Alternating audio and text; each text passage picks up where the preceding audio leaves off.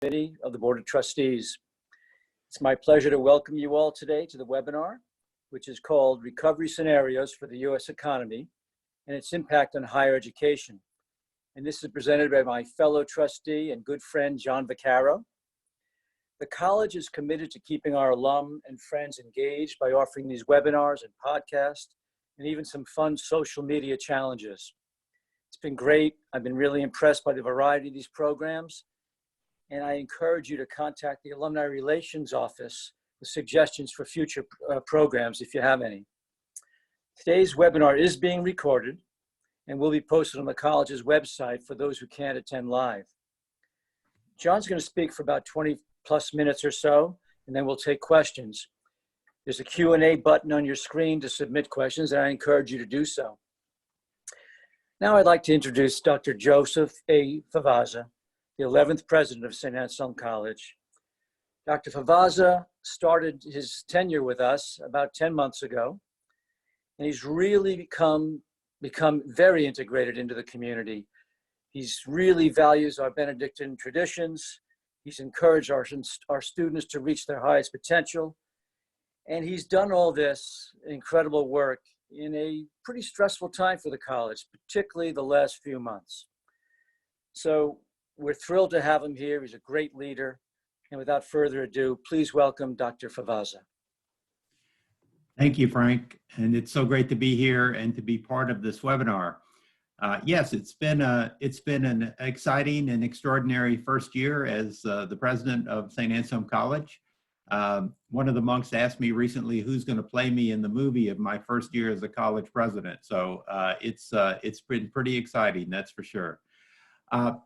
Today's webinar is presented, as Frank said, by John Vaccaro. John graduated from St. Anselm in 1992, and during his time on the Hilltop, he was a history major and served as his class president. And he went on to earn a master's in public administration from Suffolk University. John began his career in 1992, so right out of college. That's what we do at St. Anselm. It's great outcomes, so there you are, with Colonial Investments in Boston. And before joining MassMutual in 2007, he held a variety of positions within the financial services industry, including at the Hartford, W.S. Griffith, Prudential Financial, and Liberty Financial. John now serves as the head of MassMutual Financial Advisors, the firm's career agency system. He's responsible for delivering wealth management solutions for mass affluent and affluent markets.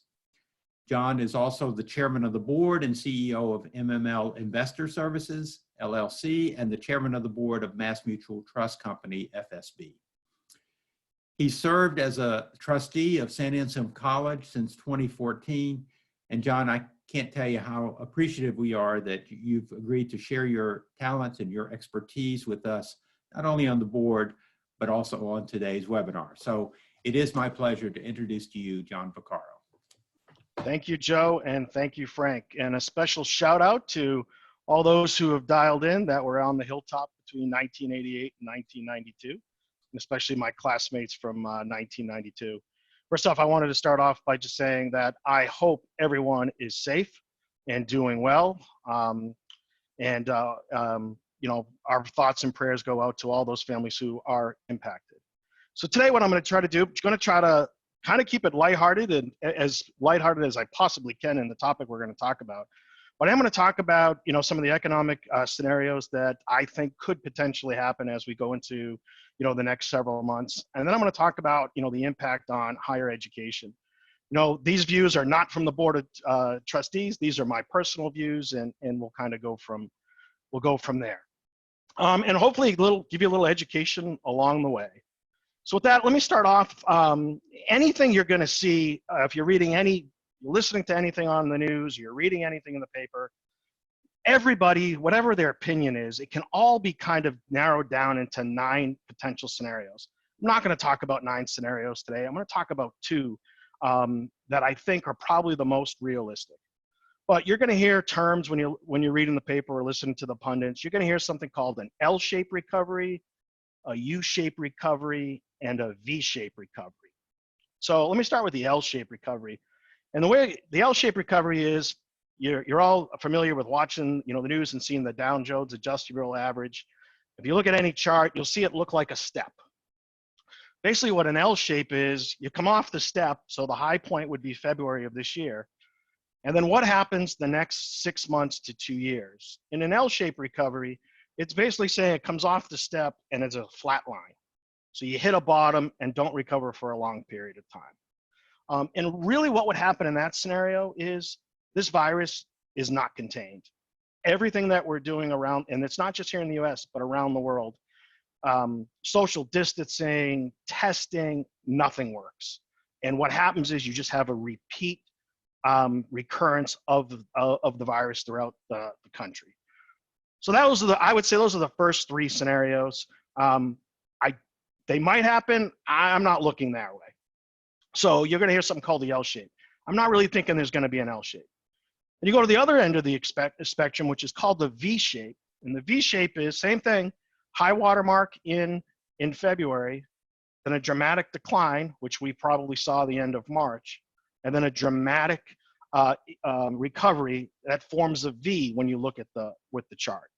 Here, in order for a V shape to happen, there's a couple things that have to happen. First off, we get 100% containment of the virus, which means a couple things happen. Either we came up with immunization that worked, treatment that worked, or you're going to hear something called herd immunity, which is basically just naturally our bodies build up antibodies. So in that scenario, a pretty rapid recovery. I'm not going to talk about those 3 things because, I'm quite honest, I don't think that's what's going to happen. So the 2 scenarios I'm going to talk about is something called a U-shape recovery. And basically what a U is, same thing. So look at that chart. The high water mark is in February. You have a bottoming out, but the bottoming out makes the shape of a U, and then it comes back in a recovery. And this is probably depends. You could have a really big U or a small U, but anywhere from 12 months to 24 months. So that's what I'm going to talk about today. I'm going to talk about the 2 scenarios that you'll hear about, which is basically a U-shaped economy. All right, so what happens in scenario 1? In scenario 1, this is probably the most optimistic of the 2. And I will tell you, this is where I was probably 2 or 3 weeks ago, thinking this would be the most likely scenario. I'm not here right now, and you'll see why in a second. But what's going on in the world in this scenario? The first one is what's going on with the virus. And the virus would really be China and East Asian countries continue their current recovery, and they have control of this virus by right around now. So let's say early to mid Q2 of this year. The virus in Europe and the United States would be controlled effectively with between 2 and 3 months of the economic shutdown. We're kind of right there right now. We're right there at that 2-month period. And the new case counts will peak by the end of April and decline significantly with June. And that's kind of what's going on in this scenario. What are the economic impacts going on at the same time? China will undergo a sharp but brief slowdown with a relatively quick rebound. You're seeing a little bit about that. China's annual GDP for the end of the year would be roughly flat. You can see that. You can definitely see that in the cards right now. And then what's going on in Europe and the US? And that would really be the monetary and the fiscal policy measures that were put in place, delayed some of the damages, but there's a strong rebound in the end of, what would say the end of Q2. And most countries are expected that their GDP declines would just be in Q2. You can see that playing out. However, I'm a little nervous on this scenario. The good news is the Fed and the Treasury Department, they really brought a bazooka to kill this bug. Very different than 2008 and 2009. They learned their mistakes from back then. They went all in and have done stimulus packages, interest rate moves. They've used everything in their arsenal. They still have a few tricks up their sleeves, but they've done a lot. The issue that I'm not so optimistic on this really comes down to how quickly can we recover and get some of the economy back up and running. And it's kind of a tale of 2 cities. Right now, here in the Northeast, I would say we have not hit our peak.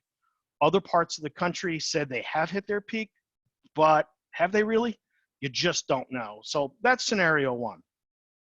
Switching to scenario two, and this is where I would say, you know, I'm not a betting person, but if I were, this is probably what we're going to see, you know, pan out here. The first thing is China ends up with another resurgence of the virus, but clamps down pretty quickly. And it's not just China. Think of all of Asia. So you're starting to see a little bit of a resurgence in Singapore. They had most of Singapore under really good kind of a clamp down. There was one segment of the market they just kind of misjudged, which is their immigrant workforce, and you have seen a resurgence there. You've seen a small resurgence in Hong Kong.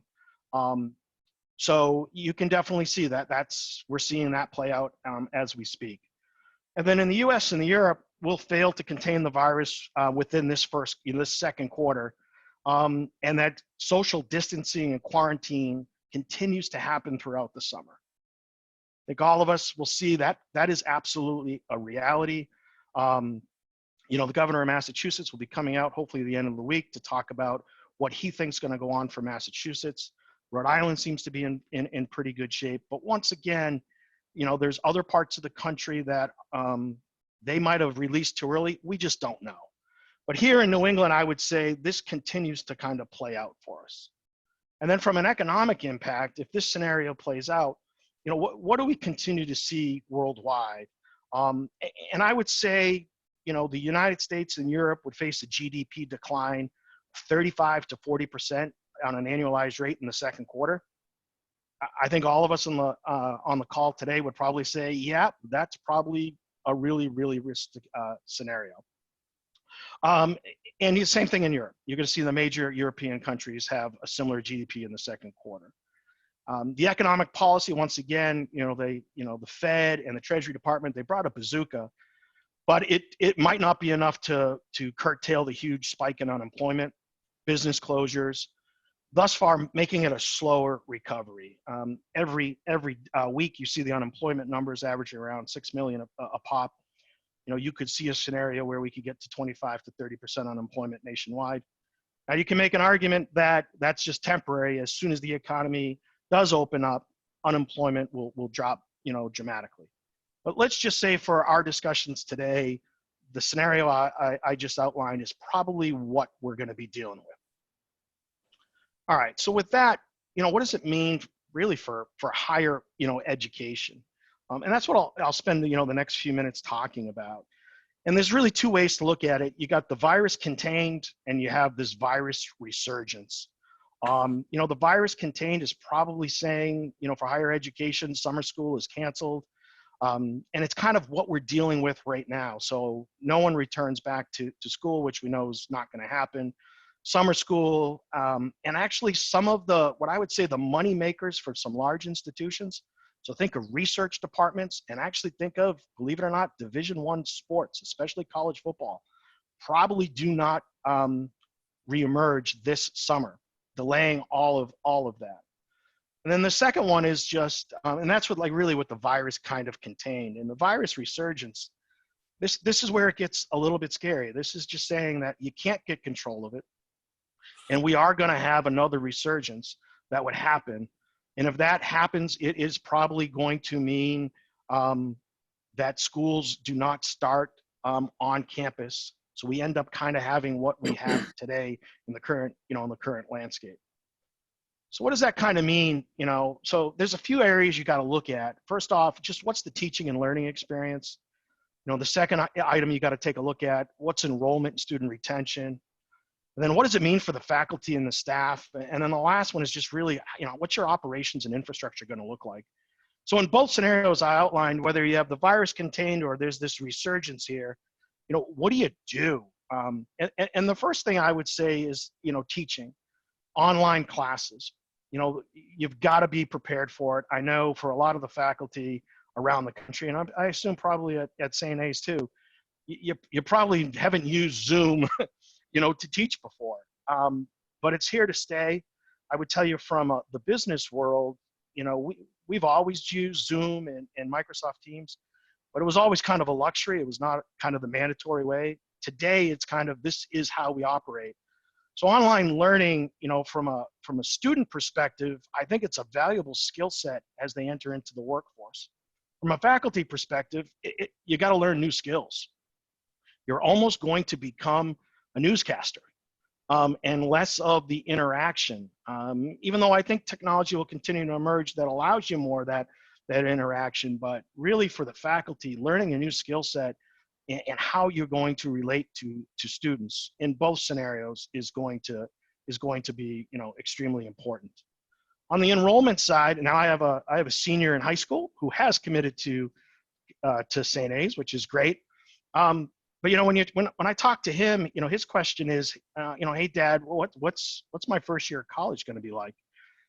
If it's an online learning experience, he's like, I don't think that's kind of what college is all about, is it, Dad? And he brings up a good point, and it's a point that I think is an important point. The students that are entering into, either in college today or about to enter into college, they're going to be faced with the choice. What are they actually buying? Are they buying a degree, or are they buying an experience? And I think that's extremely important. There's plenty of schools out there now that are giving you an education where you can get a degree, which is great. But I don't know if the workforce of the future is really, that's what they're looking for, or they're looking for a well-rounded individual that when they graduate from college, they're mature, they're responsible, they know how to hold themselves accountable, and they can immediately come into the workforce and accelerate. And that's really what, I think you have to look at. What are the students willing to pay for? Especially if this recession, and by the way, we're going to have a recession. It'll probably be ugly. Don't think it's going to last as long as some people think, but we're definitely going to have it. They've got, parents are going to lose work. They're going to be furloughed.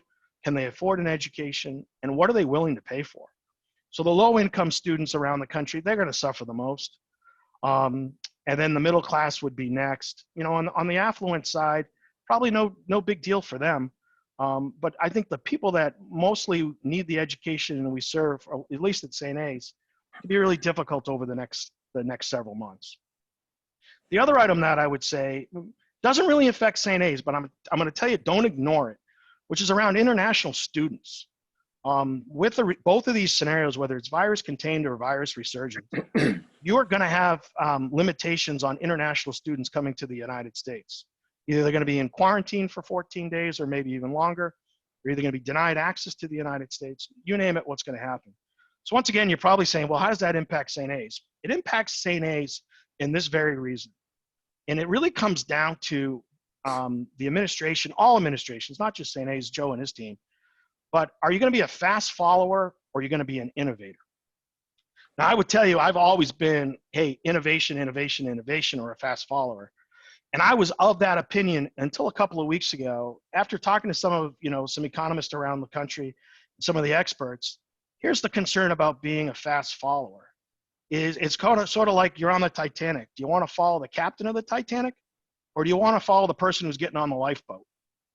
And if you're following some schools who are going to come out and say they're delaying the start of school until January, you got to understand, why are they doing that? So there's a school in Boston, BU, has a significant population, significant amount of their revenue is generated from international students. If the international students aren't going to be able to come here until January, it probably makes a smart decision for them to say, hey, we're just not going to start the semester until January. That might not be the right decision, for St. A's. The other thing is, you're going to see large schools, especially who make a lot of money off Division I football, basically say, hey, listen, we're not going to start until January either.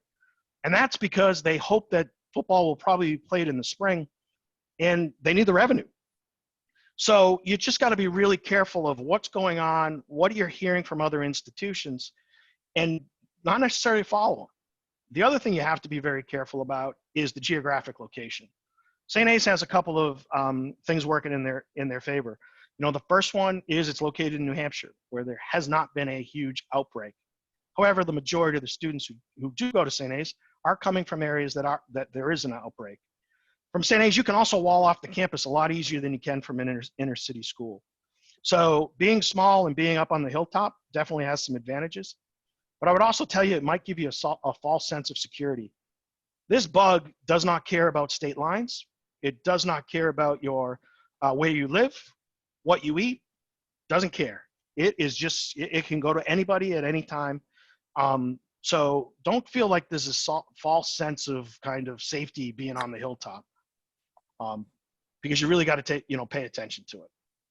All right, so what are the three things I would say, for the leadership team, and whether you're running your own business, you probably want to think the same three things. First one's respond. And I think all colleges did a really good job at responding. Some people say they didn't respond quick enough. I would say they actually did a really decent job on responding, to the virus. So let's just say we've got that covered. The next two are return, and the last one's reimagine. So on return is you got to, create a detailed plan. What do operations look like under both of these scenarios? And the reimagine is the one that I spend the most time talking to people about. Never let a good crisis go to waste. Take this as the opportunity to say, listen, I always wanted to change something, never was able to. Well, now I can, so let's test it out and change. So respond, return, and reimagine are the three things that I would tell you. There's some questions that I tell people all the time to think about, especially on the return. What's the student outcome that you're looking for? What's the student experience? Are you really selling a degree, or are you selling an experience? Does the faculty engage? What does the faculty need? What does the support staff of the college need? What do the parents need? So it's just some of the things to kind of think about. And then I would say there's probably three scenarios in the two scenarios that I talked about for how do you get back to school. The first one is just, you reopen in the fall. If you reopen in the fall, it means things worked really well, and it's that V-shaped recession recovery is placed. That means social distancing absolutely worked. Testing has worked. Antibodies are starting to be prevalent, and we got good control of it. So that's the first thing, what I would say would lead to a fall reopening. Then a restricted fall start. Once again, this is probably the one where I would probably counsel people to think about is, if social distancing goes throughout the summer, what's the campus going to look like? Do you bring everybody back? Do you bring half the student body back? Do you bring a quarter of the student body back? Do you go to trimesters? Do you go to 4 semesters during the calendar year? Do you start late? Do you start early? I don't know. There's just a lot of discussions here. But really what's going on in this scenario is it's a U-shaped recession, kind of what I talked about. And the health response is effective, but physical social distancing, continues to be, the way of the land right now. And then there's a prolonged contraction. I don't see this going on. I think what you're going to see with the prolonged contraction is something going on with the schools from a monetary standpoint. They need something like I talked about before, big international student population. They need the money from Division I sports. Something else is going on from them. And then I would just say, a couple things to keep in mind, and then we'll turn it over to questions and answers. Really around the faculty, first and foremost, that they are the people who deliver, the front line, what we're selling as a higher institution, which is college education. It's teach from home training and resources. Got to be really careful about the load and the burden that's on the faculty. We don't do a lot of research, but it's a big issue for a lot of large institutions, that where research is, one, a money driver for the college, but two, it's kind of what their value proposition is. What do they do for research? If it's medical related, they probably want you back as soon as possible. How do you get kids back into the lab? All of those kinds of things. And then it just comes down to what are kids willing to pay for? So I am concerned that, from a staff and a faculty perspective, there's going to be pressure on all budgets. Tenure policies are going to have to be reviewed. You are going to see furloughs and other things like that. So a lot of other kind of, issues that you were going to have to deal with as an institution. But I would say those are some of the things that I would kind of, concentrate on. So with that, Frank, that's kind of, I think I got it right at 20 minutes. Well, So Jesus, John, you for depressed the hell out of me. Well, the first question, John, that was really terrific. Thank you. You mentioned the Fed and the Treasury throwing everything at this. Yeah. And I saw a number that by the end of the fiscal year, we could have a $3.8 trillion deficit. What do you think about inflation? Are we going to have runaway inflation at some point? Yeah, Frank, it's a great question. My whole training has always been inflation bad, right? And I'm almost thinking the other way a little bit here. I think having a little bit of inflation here is probably not a bad thing. Getting interest rates up, even if we got interest rates up to 4%, still historically low. And I'm more interested, Frank, in a slow rise. A rapid rise, I'm really concerned about. So that would get me nervous if there's hyperinflation or rapid inflation. However, I think the Fed is doing all the right things to try to make sure if we do get inflation, it's a slow ride. So it's something we definitely have to watch. Like I said, I'm not afraid of inflation. I just want to make sure, it's inflation at a reasonable pace. Thanks, John. I'd remind everybody who's listening to use the Q&A button if you've got a question. So the next question, John, is kind of specific to you. You run a large nationwide organization. Yep. How are you personally managing through this crisis? Yeah. So as Frank said, I have an organization, over 10,000 people. We're in every state in the union. Pretty large organization. Started running it right after, the Great Recession. And it's funny, I was telling a story the other day, right after, I think I had just taken over. I might've been running it maybe a week or two when the recession hit. And I was flying to a meeting and I took out a book that I think I probably read during Professor Kapowski's US presidency class on FDR. And it was around December 8th. And it was everything that happened on December 8th, 1941. And FDR wrote down a few things, and I used it in 2008, 2009. And actually, about 3 weeks ago, I took them back out. So this is kind of what I'm using as a leader. And I would say, good enough for FDR, who managed a couple of big crises, good enough for me. And there's a couple of tips. And I think the first one is you got to confront the brutal facts. Don't sugarcoat it. You got to know exactly what you're dealing with. So no matter how bad the fact is, you got to confront the brutal facts. The second one is, and I'll tell you, this is the one this time around I probably did the worst and quickly kind of checked and adjust, is don't assume you know what people are afraid of. Just because I think I'm afraid of something doesn't mean that's what the people that you're representing or leading. You got to ask, what are you afraid of? Don't assume you know. The third one is you just get ready for chaos. Like, just let it happen. Don't try to fight it. React to it. Understand it. But don't think this is everything. Just be. If chaos is going to happen, embrace it and just realize you're going to have some chaos. Team building's the next one.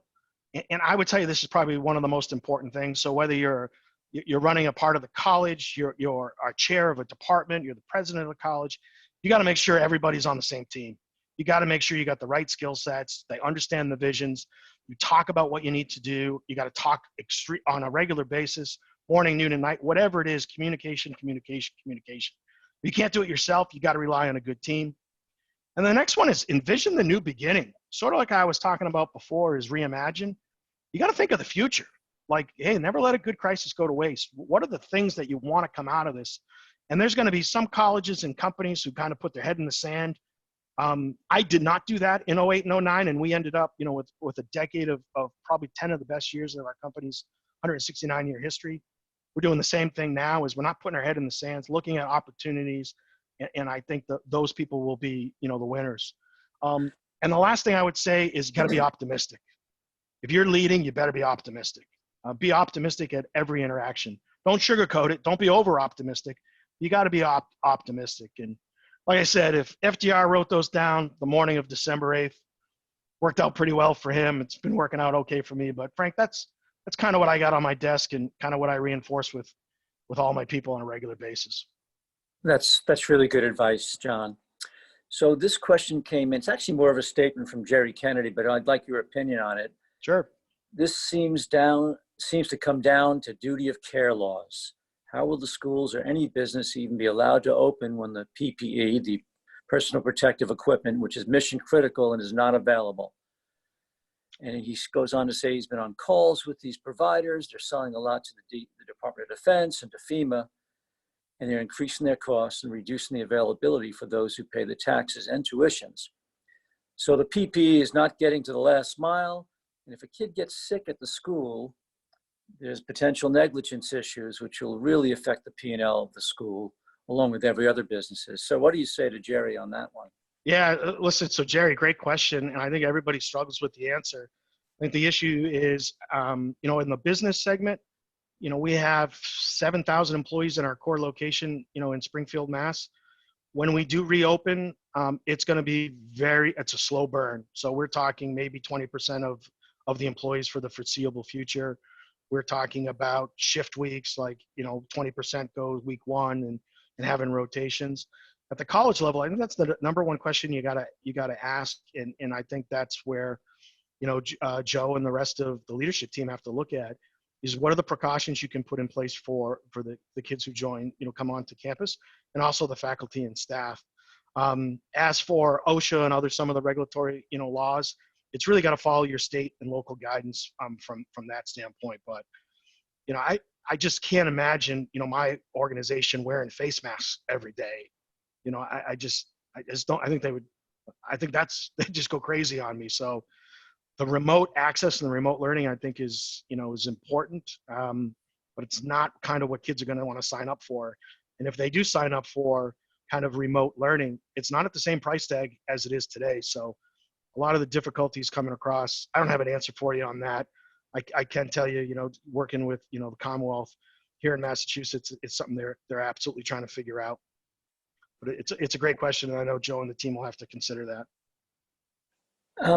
John, I'm starting to get an awful lot of questions regarding colleges and education. So moving away from the overall economy. But one question that strikes close to my heart as the advancement chair is, do you think this crisis is going to impact, or how will it impact philanthropy? Yeah, well, it's a couple of things, right? One, you look at, do they increase the ability for write-offs? You get a bigger write-off for your donation. I think that's in some of the legislation. I know some of the things have already come through, but when you look at the stimulus package, I think members of Congress are understanding that the impact on charitable giving could be negatively impacted, very similar to what we saw in 08 and 09. So, Frank, I think from your perspective and all of our perspectives, giving is going to be just as important. So I think giving is going to be down, yes, in the scenario that I outlined. I had two factors in there. One, I think it's a 20% reduction in giving for the next 12 months. I also think on the reverse side, the discount rate probably increases about 6%. So when you talk about, financial measures and tightening the belt and all working together, that is a realistic scenario that I was talking about. And once again, I'm trying to be optimistic. This is the half full speech, not the half empty speech, but I think realistically, Frank, if you budgeted that, you're probably not going to be too far off. Okay. I'm going to ask Dr. Favazza a few questions now, if you don't mind, John, but you can chime in as well. Joe, are you there? I'm here, Frank. Great. So this is from an anonymous attendee. What do you think the impact of this crisis will be on colleges and universities? Do you believe that some will close? Yeah, it is a good question, and certainly there's been a lot of conversation about the financial stress that academic institutions are going to be already are under, and certainly will be under next year. There are certain colleges for sure that are more vulnerable to that financial stress. Those that don't have a lot of financial resources, that are heavily tuition dependent. So I would not be at all surprised to see some closures and some mergers in the next couple of years. Now, fortunately at St. A's, I think we have strong financial situation, but we also are feeling the stress, and we are in the process of looking at a variety of scenarios as we look at the fall, as John has mentioned. I mean, I think that's the prudent and the wise thing to be doing. So, but there is a lot of uncertainty and a lot of fluidity right now, and we are trying to be as planful as we can be, but it's exactly the case that there is a lot of academic institutions, institutions of higher education are under some pressure at this moment. Hey, Frank, just one add on there Sure. is, in 2008, 2009, the government responded with what I would say bailouts for large corporations and banks. This time around, we're seeing them provide bailouts for small corporations, which I think is fantastic. I think you will see a movement because there are members of Congress who are getting concerned about the health of higher education, especially small colleges in their probably local districts, potentially canceling, So I wouldn't be surprised if in one of the next stimulus add-ons, you see some more for higher education. Now, I don't think Harvard helped us out when Harvard took, some stimulus money. Now, in Harvard's defense, it's done by a formula, and they had students who met the Pell Grant, and, a lot of that money was going to the students. But so that probably didn't help out, but I wouldn't be surprised if you see in one of the upcoming stimulus packages something for higher education. Thank you, John. And actually, I've got another one for you, which is kind of interesting. What are your thoughts on the class of 2020 coming out of St. A's? What will the job market look like for them? And what advice do you have for them as they search for jobs and possibly have to rethink their career choice? Right. So the background behind me is in honor of them because this is a picture from graduation. And it's really support them. I first off, I feel terrible for any senior in college who really your last 100 days were some of the best 100 days of your life. I know they were mine. I don't remember many of them, but I know I had a hell of a time. So I feel bad. I feel bad for them. So I think it's difficult. I do think for some of, the kids who are coming out, there's going to be companies who are going to be, still hiring. So look at the segments. Amazon's going to be hiring. Walmart's going to be hiring. There are going to be some retailers that hire. I'll also tell you some large companies are going to take advantage of this. Like, hey, I can get young talent into the organization, especially if you got an IT background or things like that. We got a huge CJ program, criminal justice. You're going to see municipalities need to bring in future law enforcement officers. Our nursing program, they'll take you in 2 seconds, right? And I think if they could hire juniors right now, they'd be hiring juniors. So I think for a lot of people, in some of our core, majors, the job market's going to be, ripe for. For those who are business majors, I think it's going to be tougher, but it's not going to be impossible. I came out, when I graduated in 92, we were in a recession too. You might not have, your first job might not have been the job you wanted, but it was at least a job you got and got your feet wet. And I would say that's the same thing here. One of the things that's going to be fascinating is typically what's happened, you've had to move, so you left New Hampshire and you moved to Boston, right? And you became either, you became house poor, and it's worse today. I think companies aren't going to be looking for huge physical spaces going forward. So you might be able to stay in New England because you love to live in New England and work for somebody in another part of the country using Zoom technology. So you've got to kind of look at your horizons a little different, that you just, the job market isn't just where you live today. The job market, I think, in the future could be the entire country. By the way, it could be the entire world. So you've got to, new graduates, you got to think differently, right? You got to think differently. John, that's very helpful. Along those lines, I'm going to let Joe answer first, and then you can chime in again. You kind of alluded to this in your discussion, but Joe, can you comment more on if you think this crisis will drive more students to online colleges and universities and a permanent expansion of electronic or online education? How will this affect the economics of higher ed in the future? And then I'll just make the statement that we know our nice neighbors across the way, Southern New Hampshire University, came out with something like free tuition for next year's freshman class and dropping their online fees to basically nothing. So Joe, what do you think about that? Frank, it's a little complicated in the sense that certainly almost every college in the world has been growing their online capacity and offering courses online. And certainly in the last 5 years, St. A's, our summer online program has grown pretty dramatically, so that most of our students actually take courses online rather than on campus during the summer. obviously this crisis this semester has pushed all of our courses into a remote environment. And as John mentioned, I mean, it's a good moment in terms of taking a crisis and saying, okay, we've all learned some new skills, some new capacity, and we will build on that capacity going forward.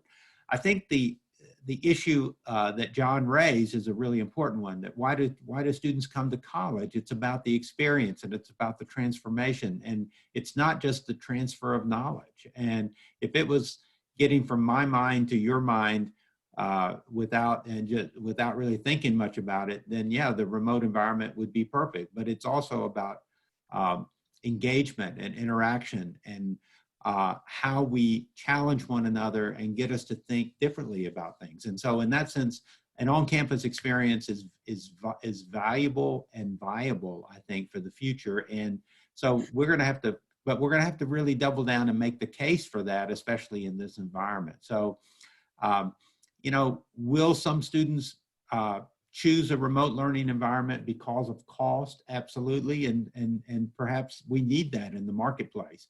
But is it the only environment that will be the first choice for students? Absolutely not. And I think some colleges will bet on that. But I believe that there will continue to be a place and a market for what St. Anselm's offers and what many small colleges around the country offer. Thank you, Joe. And actually, these two questions I'm going to put together, they're kind of similar. I'm a sophomore parent of a spring sport athlete. This is not me. My son has already expressed not liking the online learning at all, since there aren't any lectures and interactions. He doesn't want to come back unless classes are back on campus. What are your thoughts on taking a semester or a year off? And the follow-ups from another, this is from Chris Powers. When do you think is a realistic timeline for colleges to make a decision on the fall class? This is to me, right? Yes, I John. certainly hope so. I didn't sign up to answer that question. Well, let me address the first question there about yes, we're hearing that certainly some students are thinking, well, if I have to take remote classes remotely, then I'll just take a year off. And a gap year for some students may not be a bad thing. In the past, you've done a gap year if you've had a incredible internship opportunity, if you wanted to do some traveling, or if you simply wanted to work and make some money for college. I mean, there's a lot of reasons why someone would take a gap year, but I think it's really important to look at what opportunities you have to use during that gap year. If it's simply to live in your parents' home and take class and not have opportunities because of the job market and the economy, boy, I would certainly say maybe it is a time to be in college. And so that's just something to think about. What is going to be the focus of a gap year, and does it make sense if there's limited opportunity? So that would be my response. On the second thing, let's see, it was on the timeline for coming back, opening up Yeah. school in the fall. Absolutely. So, we are working right now on a variety of scenarios, and we have to develop those scenarios. We have to see what the assumptions and the cost are. And then as we get more information about not only about the epidemiology of the virus and its spread, but also about what the state is going to do in terms of stay at home and emergency and all of that, we will make decisions as soon as we can. We want to be clear that our preference is to open and to keep the campus safe at the same time. So that's why we're working on a variety of scenarios. I'm hoping that we can make some decisions in May, but again, we'll have to make sure that we have all the data or enough of the data that we need to make that decision. So that's my hope. Frank, I'll just give you an economist view on that, if you don't mind. And sure. Same conversation I had with my son. And it really comes down to, listen, this is a self-inflicted recession, right? The economy was extremely strong going in before COVID came across, right? It was self-inflicted, which tells you that the core fundamentals of the banking industry, very different than 08 and 09, is when it does recover, it could recover really quickly. So I would tell anybody that, listen, over the next 12, 24 months, if you can be in college getting educated, is probably the best place for you to be, because it could be bad out here. It could be a jungle. I would tell you to stay in and stay in school, because I do think you can have a competitive advantage when this thing kind of takes off and life returns back to normal, whatever that new normal is going to be. I think the economy is going to be in for another run. I mean, we could have another roaring 20s here.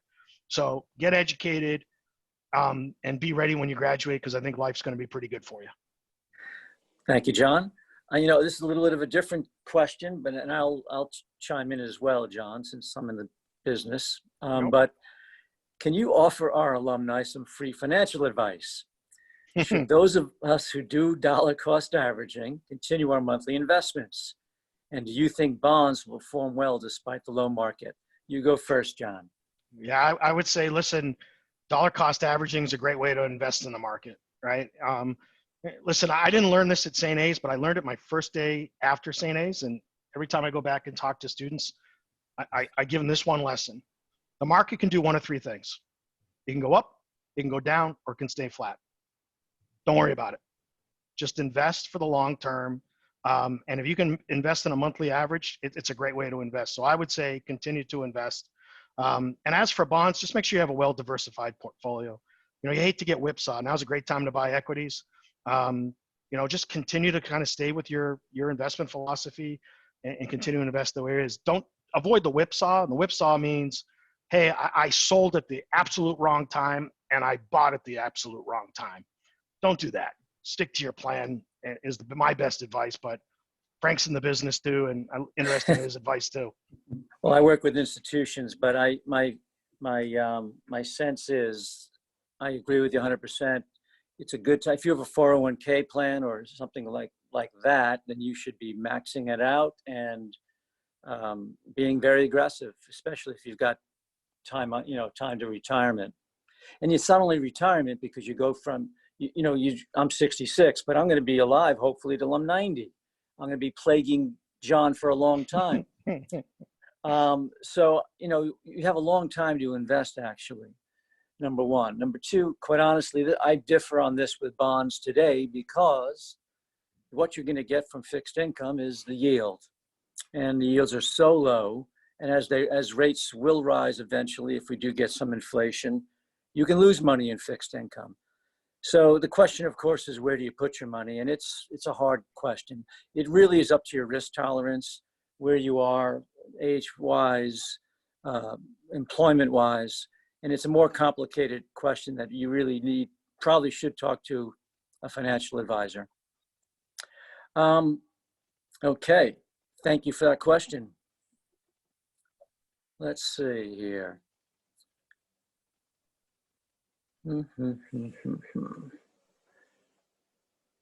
So this is kind of an interesting question from Mark Shura. Given that nearly 98% of higher education institutions are highly tuition dependent, do you see a significant uptick in the number of school closures and mergers for schools that may have already been on the precipice? We kind of answered that one. But do you think that this will affect the reliance that many of these institutions have on butts in the seats to find other sources of revenue? I was trying to figure out quickly how to say that nicely, but hey, he wrote it, I said it. Joe, what do you think? Yeah, absolutely, Frank. And from being on the board, and you and John, that we know that we have to diversify our revenue as much as we can. We are a tuition dependent institution. Many colleges and universities are in our situation.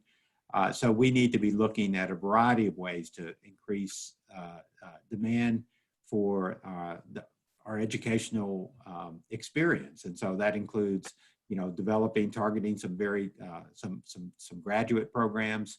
It may be some certificate programs also in some very targeted areas, but also even just our conference and event work that we do to invite groups in. I mean, we have a beautiful campus, and we can maximize that in ways that we're presently not doing. So there's all kinds of ways in which we can be looking creatively, innovatively at revenue diversification. and we need to be doing that as soon as we can, because obviously we're facing some challenges here. Thank you, Joe.